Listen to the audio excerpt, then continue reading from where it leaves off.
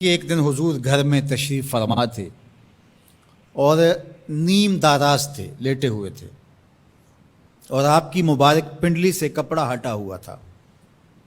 مرد کا پردہ گھٹنوں سے لے کر کے ناف تک ہے۔ فاستاذن ابو بکر فاذن لہ، تو حضرت ابو بکر رضی اللہ تعالیٰ عنہ آئے، حضور نے کہا آ جائیے۔ وہو تلک الحال، اور آقا کریم اسی حالت میں بیٹھے ہوئے تھے۔ فتحدث، وہ بیٹھے اور حضور سے ہم کلام ہوئے۔ ثم استاذن عمر، پھر حضرت عمر آئے، انہوں نے اذن طلب کیا تو حضور نے کہا آ جائیے، اور حضور اسی حالت میں تشریف فرما رہے۔ فتحدث، وہ بھی بیٹھے اور گفتگو چلتی رہی۔ ثم استاذن عثمان، پھر حضرت عثمان کی آواز آئی، حضور میں اندر آ سکتا ہوں؟ فجلس رسول اللہ صلی اللہ علیہ وسلم، حضور سیدھے ہو کے بیٹھ گئے۔ وسوى ثيابه، اور جلدی جلدی اپنی پنڈلی کے اوپر کپڑا ڈال دیا۔ جب یہ لوگ چلے گئے، حضرت ابو بکر رضی اللہ تعالیٰ عنہ بھی، حضرت عثمان بھی، حضرت عمر رضی اللہ تعالیٰ عنہم چلے گئے۔ قالت عائشہ رضی اللہ تعالیٰ عنہ، حضرت عائشہ فرماتی ہیں میں نے کہا حضور ابو بکر آئے تو آپ بیٹھے رہے، جنبش نہیں کی، کپڑا سیدھا نہیں کیا۔ حضرت عمر آئے تو آپ اسی حالت میں رہے اور باتیں چلتی رہیں، لیکن جب عثمان آئے تو پھر آپ ایک دم اپنا کپڑا سیدھا کرنے لگے اور اٹھ کے بیٹھ گئے۔ تو سنو میرے حضور نے کیا جواب دیا۔ کہا میں اس سے حیا نہ کروں جس سے اللہ کے فرشتے بھی حیا کرتے ہیں۔ کتنا بد نصیب ہے جو حضرت عثمان غنی پہ زبان درازی کرتا ہے۔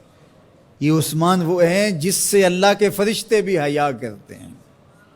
اللہ اکبر، یہ عظمت حضرت عثمان غنی رضی اللہ تعالیٰ عنہ۔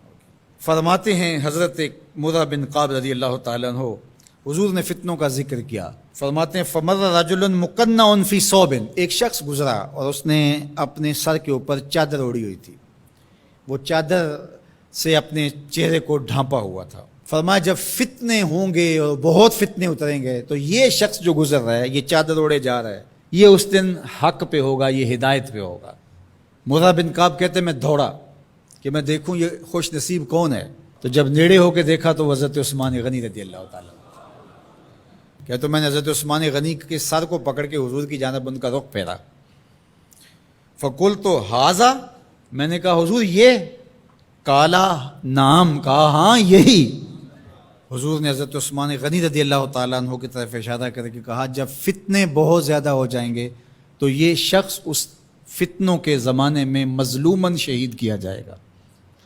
تو حضرت عثمان غنی رضی اللہ تعالیٰ عنہ پر 40 دن تک پانی بند رہا، اپنے گھر میں معصور ہو کے رہ گئے، سخت اذیتیں کاٹیں۔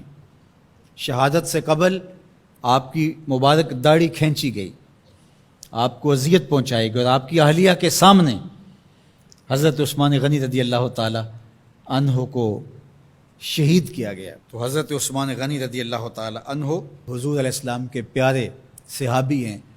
حضور کی 2 صاحبزادیاں یکے بعد دیگر حضرت عثمان غنی رضی اللہ تعالیٰ عنہ کے نکاح میں آئیں۔ آپ کے بہت سارے نمایاں وصف ہیں جن میں حضور کا 2 مرتبہ داماد بننا، اور پھر فرمایا اگر میری اور بھی صاحبزادیاں ہوتی تو میں عثمان سے نکاح کر دیتا، اور پھر ذوالہجرتین 2 ہجرتیں، حبشہ کی جانب اور مدینہ المنورہ کی جانب، پھر شہادت کا اعزاز، اولین مسلمانوں میں ان کا شمار ہے، 10 مبشرہ میں ان کا شمار ہے، 4 خلفائے راشدین کے اندر ان کا 3را نمبر ہے۔ جمع قرآن اور نشر قرآن کی سعادت اللہ نے ان کے حصے میں رکھی۔ آپ کے اوصاف میں سے 2 وصف بہت نمایاں ہیں، ایک تو آپ کا سخی ہونا، دوسرا آپ کا وصف نمایاں حیا تھا۔ تو آج حضرت عثمان غنی رضی اللہ تعالیٰ عنہ کی ان صفتوں کو، حیا کو اپنے کلچر میں فروغ دینے کی ضرورت ہے، اپنی معاشرت میں فروغ دینے کی ضرورت ہے۔ ایک مرد ہو کے اتنا حیا دار، تو پھر عورت ہو کر حیا کی چادر پھاڑ دے اور وہ اس کو آزادی کا نام دے، تو اس سے وہ نسوانیت کا نور رخصت ہو گیا۔ اقبال نے کہا تھا جس علم کی تاثیر سے زن ہوتی ہے نازن، کہتے ہیں اسی علم کو ارباب نظر موت۔